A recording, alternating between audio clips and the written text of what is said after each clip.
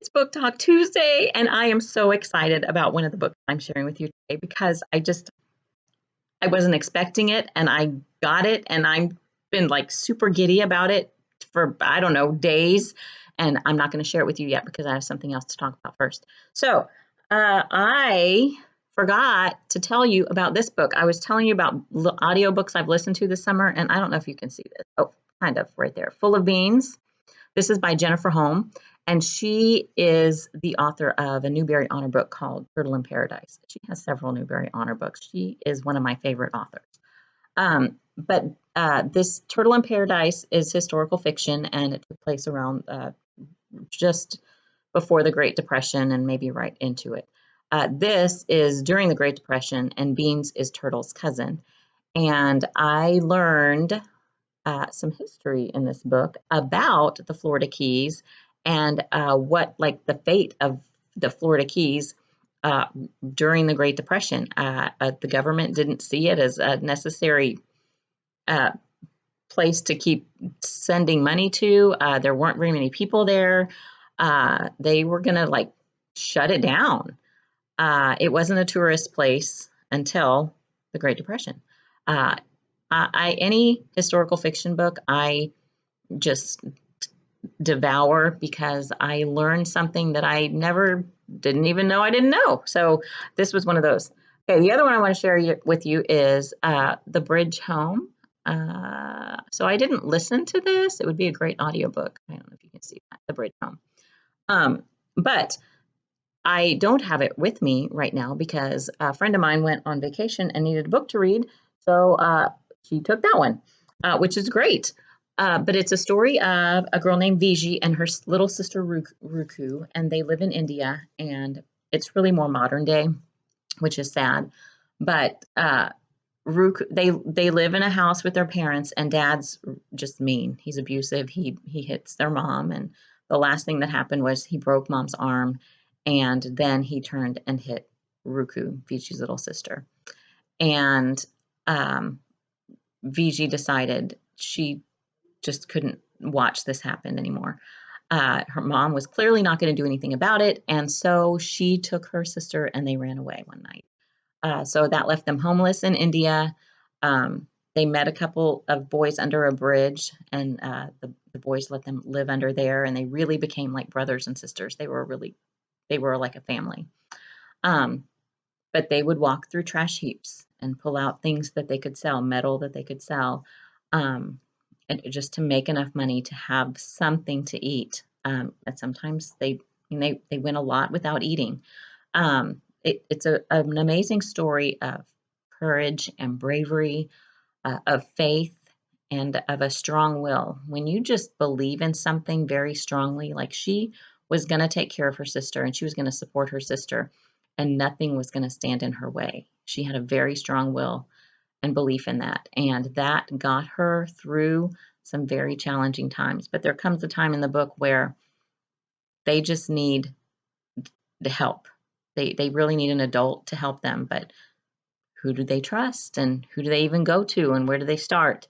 This would be a great read aloud in any middle school class. I would say 4th grade and up. If you I think it's great for any reader. It'd be great for any reader. There is some funny in here, but it's also just really, really, it'll tear at your heart. Okay, here's the book I wanted to share with you. So I have this amazing friend named Lori, and she went to this conference that I didn't get to go to, and she brought me this. I know. Okay, so Sunny Rolls the Dice is the newest book in the Sunny series. There's Sunny Side Up and Swing It Sunny. My kids at my school are going to be so excited about this. I cannot wait to share this with them. It comes out in October. October is going to be a good month for lots of new books coming out. Jennifer Holm is the author. She is also the one that wrote Full of Beans. So she and her brother, Matthew Holm, write these books together. And they also did all the Baby Mouse books, which I adore. I will forever love Baby Mouse. But this is a graphic novel. It takes place in the 70s. And the pictures, the person who did the coloring in this book, I'm not sure what their name was, but they send a kudos out to that person. The coloring's great. It just kind of is 70s. But Sunny has had a friend for a long time and they've been good friends, but they take this groovy quiz from some magazine and Sunny realizes she is not groovy at all. And her friend is like off the charts groovy. But she's starting to realize that she and her friend don't have as many things in common as they used to. And that's normal. You know, as we grow up, we have different interests. But she finds out about Dungeons and Dragons, which a lot of you have heard of. It's been around for a long time and it still continues today, which is what makes this so amazing. Um, she really finds that she really enjoys Dungeons and Dragons, but her friend just can't stand it, doesn't want to have anything to do with it. You know, it's okay if you and your friends don't like the same thing. If you've been friends with somebody for a long time and you kind of grow apart because you don't have the same interests, it, you're still friends. You can still be nice to each other, but you don't need to hang out and just sit there and look at each other. You need to find people who like the same things as you. Uh, I seriously, I read it in one night. I finished one book because I needed to finish it before I started this one, and I did not go to sleep until I read this one because I could not wait. But anyway, thank you, Lori. I love you. Okay, the one I finished was The Dark Lord Clementine, and this is just a magical book about Clementine. Remember, I told you her dad was like pieces of him were falling off, and she didn't know what was going on. Well, he was under a spell, and he had to break the spell before the witch that put the spell on him came back and took over. Clementine really didn't know what was going on because in their house they don't talk to each other and there was no communication and her dad didn't want to talk to her and so she was trying to figure out what was going on. I think Clementine is totally cool and I think that she's a great example for all of us of perseverance, of love for your family, whether you agree with them or not, of doing the right thing, even though it means losing things that mean a lot to you. But doing the right thing for other people is always important, which is why I wore the shirt I'm wearing today. So I'm wearing my Dumbledore shirt. It says we must all face the choice between what is right and what is easy. That's an Aldous Dumbledore quote from Harry Potter, because we do. So even as adults have to choose between what is right and what is easy. We would all rather do what's easy because that is easy. But at the end of the day, we're not able to sleep as well if we didn't do the right thing. So I love that. Okay, the book I'm reading right now is The Science of Breakable Things. I've been wanting to read this for a while, but I haven't been able to get my hands on it.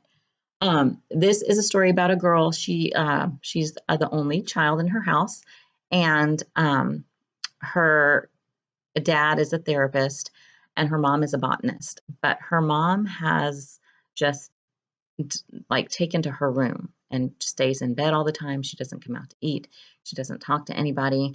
Um, the main character of this book wants her mom to be her normal happy self and she's not and she doesn't know what to do to help her and dad doesn't really, I mean, he asks the girl a lot how she's feeling.